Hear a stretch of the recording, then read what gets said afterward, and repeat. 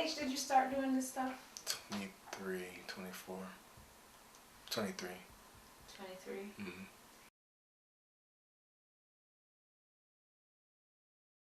What would you say is the difference from before? Before, I was a premature ejaculator, and I didn't know what I was doing.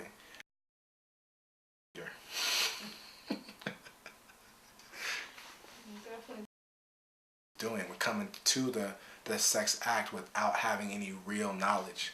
Babies come from storks. You only have sex if you're having babies.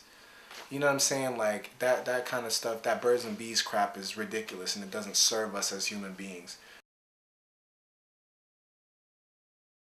So back then, I just started reading every sex book I could learn, like trying to learn about female anatomy, what pleases women. And you know, there were sexy books, but there weren't really good books on the how, the whys and the wherefores until I turned 23, 24 and got my hands on this book, and I was like, now this is it.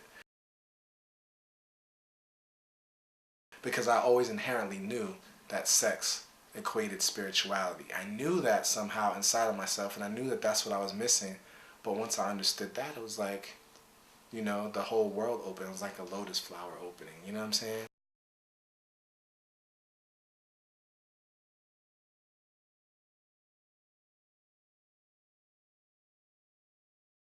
Yes. Good day, good people. I am the creator, Dashawn Is, and I'm here to talk to you about cultivating male sexual energy. Although I'm saying male, it's definitely good information for women to know, because if you've got a man, he's going to need to know this stuff.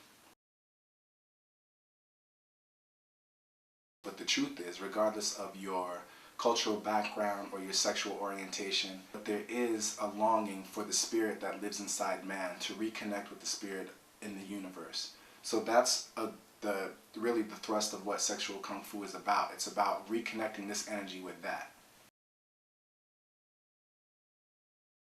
There is a natural rhythm of the universe, and I sincerely feel like all human beings should be trying to get in alignment with this rhythm. Now, a part of, like, think about sex, think about the driving beat of the African drum, think about anything rhythmic, and all those, the heart, for example, the heart has a very specific rhythm, and a part of what we are always doing is trying to calibrate ourselves to the rhythm of the universe.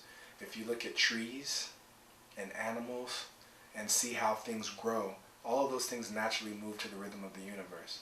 But I think because human beings are thinking beings, we are sentient beings, we have the ability to create what goes on around us. We sometimes get off kilter with the rhythms of the universe. So part of sexual kung fu for me is getting back in alignment with that rhythm.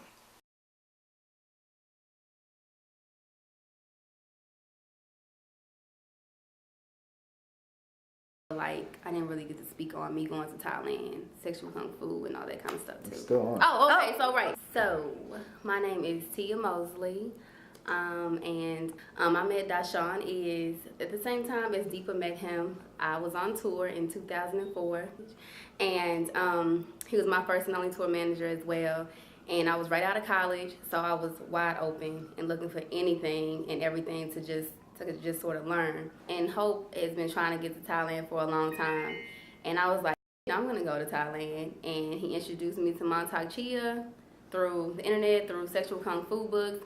And so I got on the plane and I went. Unfortunately, he wasn't there, but I got to like stalk outside of his house and stuff like that. But I would have never went. I would have never known what Chiang Mai was.